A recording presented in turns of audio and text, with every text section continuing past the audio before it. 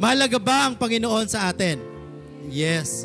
Kaya po kayo nandito dahil nakita ko kung paano nyo pinahalagahan ng Panginoon.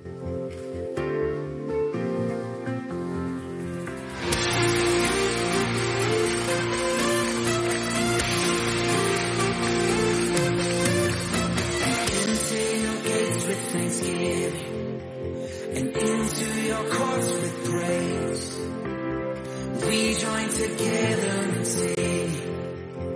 Oh, how I love this place. Yung learnings ko po na natutunan is, alam mo pa rin kung i-balance yung lifestyle mo and especially po yung mga priorities mo po sa ministry. Yun po. Sa 2 days po na pag-stay po sa camp natin, ang mga learnings ko po is yung tulad po ng maging topic natin is know your center of gravity, which is si Jesus nga po dapat ang maging center of gravity natin sa buhay natin. Maraming treasure ang meron sa mundo pero si Jesus ang natatanging treasure na nahanap ko dito sa camp. Paglabas dito sa camp na to, no, is magkaroon ng mas binagong buhay.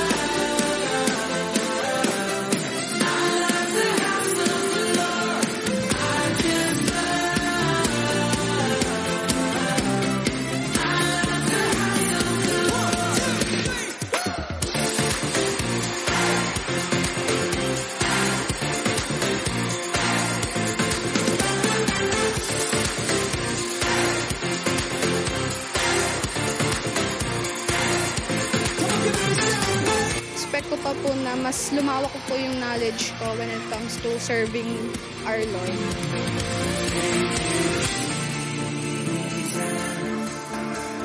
Jesus, that I get to be a part of this. Oh, what a privilege. Thank you, Jesus. Jesus, that I get to be a part of this. Oh, what a privilege. I just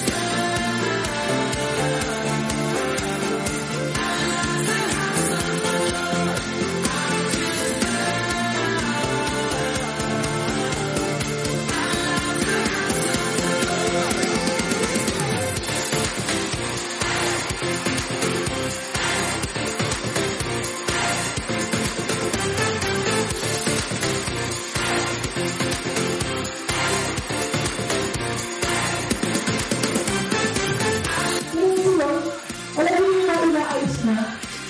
Kapag hindi na lang ito, aalisin talaga eh. Kapag may plano siya sa'yo. Tayo, inaayos tayo ng Diyos. Dati mahintay tayong paniniwala natin.